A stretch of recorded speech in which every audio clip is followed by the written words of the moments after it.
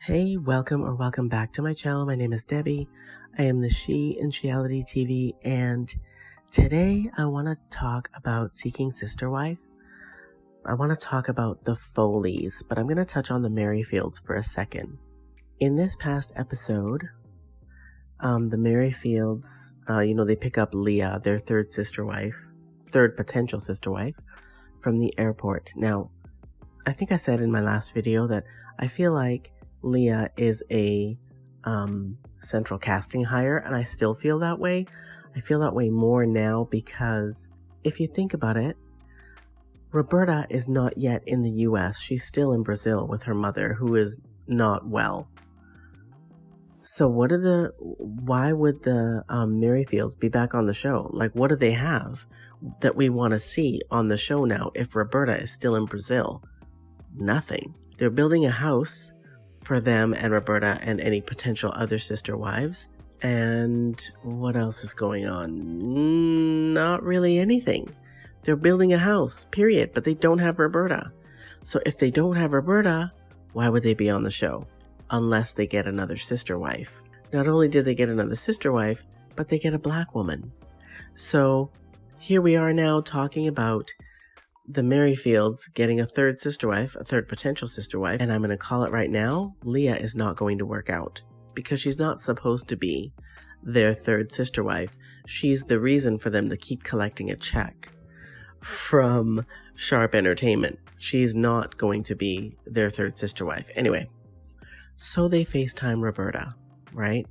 And Danielle and Garrick are talking about how they think that Roberta is jealous and all this other kind of stuff. And I don't know so much if it is that Roberta is jealous as much as I feel like it might be that she's not a good actress. Do you know what I mean? I think she doesn't understand that she's supposed to play this role instead of, just sitting this one out. Do you know what I mean?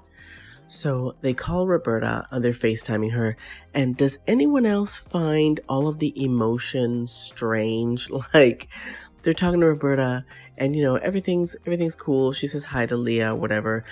And I feel like the stilted conversation between her and Leah is a matter of, I think it's all about the language barrier. I don't think that has to do with jealousy or anything like that, but I feel like production is trying to make it sound like Roberta is jealous when that's really not the case. It's about the language barrier, right? She doesn't speak English very well at all, and Leah doesn't speak Portuguese, right? Neither do the Merrifields very well, right?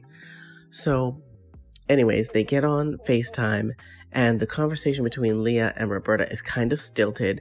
I mean, she says, hi Leah. And Leah says, hi, Roberta, how are you today? And Roberta's like, huh?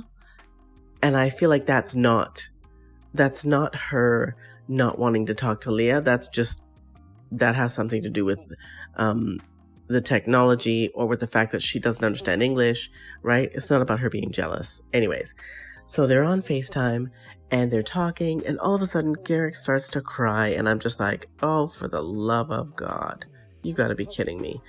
This dude starts crying, and, oh, I miss you. And she's like, I miss you. And he's like, I love you. And then when he says, oh my God, I almost died. When he said, I miss you, my sweet sunshine.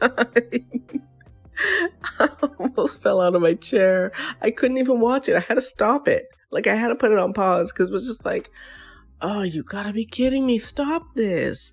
This is terrible. It's just awful, the crying. And then Roberta starts to cry. And I'm just like, oh, okay, no. This is too much. I'm sorry, guys. Way too much. Why? What's with all of the crying? And, oh, we miss you. And oh, God, get a grip. Seriously, you're adults. Get a grip. Let's move on to the Foleys. Steve and Brenda Foley are dating. I think her name is April.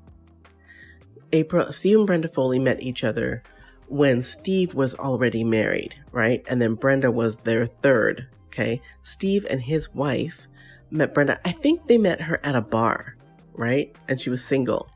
And in this episode, he says, that, polygamy came very naturally, like their union came very naturally. But I'm like, nah, dude, you said that you and your wife met her in a bar and you thought, oh, maybe we could add her to our threesome. And so you essentially started grooming this woman, right? Because here's Brenda not thinking anything of it. She just thought, oh, I'm hanging out with this nice couple.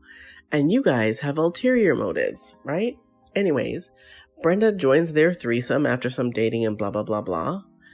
And shortly after, the first wife leaves, which I find is fairly common, right? With these kinds of relationships. The first wife goes, yeah, you know what?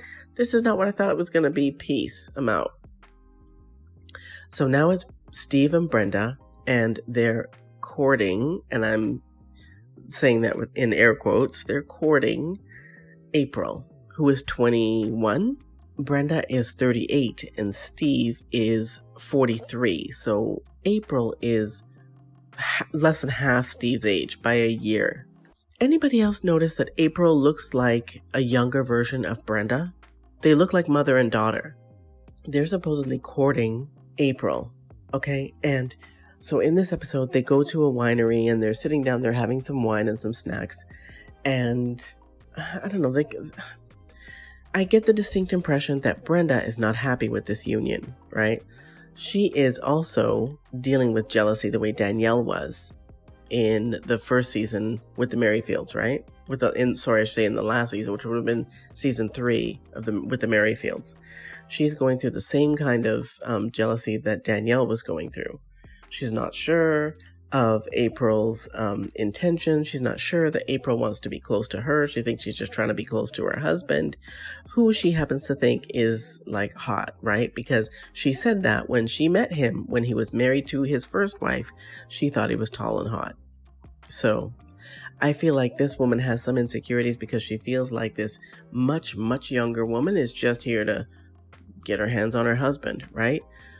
And Steve and April have already been intimate, they tell us in this past episode. So I'm just like, you know what? I don't know. Steve definitely has a type, that I will say. But I feel like I don't know, all of these guys make me feel like this whole, it's for them, right? Them having more than one wife, it's for them. It's not for the women, right? Because the women are always kind of hesitant at first, right? So if she's kind of hesitant at first, they don't just drop it. They keep pushing and keep pushing and keep pushing until she says, okay, you know what? Let's try it. Yeah, I don't know. It's not for me. And I don't care what they do behind closed doors, but come on, dude, don't say, oh, well, we want to grow our family. Nah, dude, you want more than one tuntun to be in. I'm sorry. I don't know how else to put that. But these dudes want to have their cake and eat it too, especially the dude in my next video. He's the Davis family, Nick Davis. I'll say that in quotes because I won't even tell you why. I'll tell you why in my next video. But that dude sits up like the cat that swallowed the canary. Like, nah, I'm not feeling him. But anyway, that's all I've got for this video. For the Foley family, again and as usual, thank you so much for watching and listening.